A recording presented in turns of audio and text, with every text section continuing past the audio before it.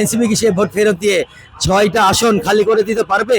এরা যখন মানে বাচ্চাদের মতো ঝগড়াঝাটি করে নিজেদের মধ্যে কোনো কিছু নিয়ে মতভেদ হয়, তখন এদের মধ্যে আসলে ঠিক করে দেওয়ার মতন কেউই নাই। এবং সার্জিস হাসনাত তো সম্পূর্ণ আলাদা একটা মেন্টালিটি থেকে তারা এই ঘরে আসছে। এনসিপি, আমরা যখন এনসিপি মানে তৈরি হয়েছিল, তখন কিন্তু জনগণের একটা আকাঙ্ক্ষা ছিল যে ডানপন্থী বামপন্থীর ভিড়ে মধ্যম পন্থার একটা দল হবে, এমন একটা দল হবে যারা নিরপেক্ষভাবে জনগণের কথা বলবে।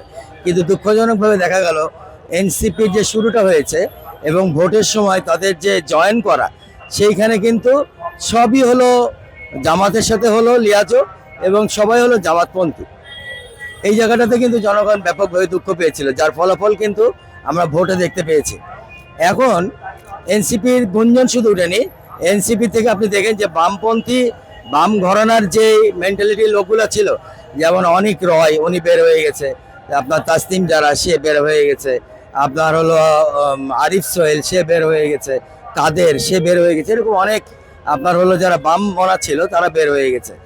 এবং এরপরে আমরা দেখতে পাই মাহফুজও বের হয়ে গেল, মাহফুজও ঢুকতে পারলো না এনসিপিতে। এখন এনসিপি থেকে গেল শুধুই হলো জামাত।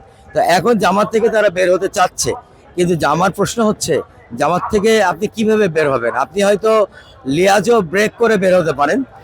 আপনি জামাত থেকে যে ভোটটা নিয়ে আজকে এই পার্লামেন্টে গেছেন, 6 জন আপনার এমপি হয়েছে, আপনি কি সেখান থেকে বেরোতে পারবেন?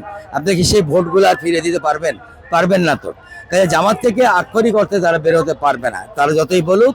আর দ্বিতীয় হচ্ছে এনসিপির 80% কর্মী হচ্ছে ছাত্র শিবিরের। আপনি খোঁজ নিয়ে দেখেন, এনসিপির 80% কর্মী ছাত্র শিবিরের। আপনি কি এতগুলো কর্মীকে ছাঁটাই করে দিবেন? তা তো দিতে পারবেন না। আসলে এনসিপি আমরা যখন যত আশা নিয়ে করি না কেন, এনসিপি তৈরি হয়েছে আমরা দেখতে পেয়েছি যে জামাতের আর একটা শ্যাডো জামাত হিসাবে। সো আমার মনে হয় না এইভাবে করে এনসিপি আগাইতে পারবে। বরঞ্চ অদূর ভবিষ্যতে যেটা হতে পারে যে এনসিপি থেকে আক্তার আলাদা হয়ে যেতে পারে, সে আলাদা দল গঠন করতে পারে বামপন্থীদের নিয়ে বা অন্যান্যদেরকে নিয়ে। আপনার নাহিদ আলাদা হতে পারে, সেটা আলাদা আলাদা হতে পারে। এবং সার্জিস হাসনাত তো সম্পূর্ণ আলাদা একটা মেন্টালিটি থেকে তারা এই ঘরে আসছেই। তো এদের প্রবলেমটাই হচ্ছে এদের মধ্যে কোনো অভিভাবক নাই, এরা অভিভাবকহীনতায় ভুগছে। যার কারণে এরা যখন মানে বাচ্চাদের মতো ঝগড়াঝাটি করে নিজেদের মধ্যে কোনো কিছু নিয়ে মতভেদ হয়, তখন এদের মধ্যে আসলে ঠিক করে দেওয়ার মতন কেউই নাই। এরা কোনো সিনিয়রদেরকে তাদের দলে রাখে নাই, কোনো সিনিয়রিটি এরা মানেও না। তো এটা হচ্ছে ওদের সবচেয়ে বড় প্রবলেম। এই জায়গা থেকে তারা আসলে কোনোদিনই জামাতের যে বলয় আছে, বলয় থেকে বেরোতে পারবে না। কারণ জামাতের বলয় থেকে বেরোতে গেলে জামাত প্রথমেই বলবে যে তুমি যে 6টা সিট এখানে নিয়েছো, এর পিছনে জামাতের লোকজনের যে ভোটটা দিয়ে নেওয়া আছে, এই ভোটটা তুমি আমাকে ফেরত দাও। তখনই তো এনসিপি একটা প্যাচে পড়ে যাবে। এনসিপি কি সেই ভোট ফেরত দিয়ে 6টা আসন খালি করে দিতে পারবে?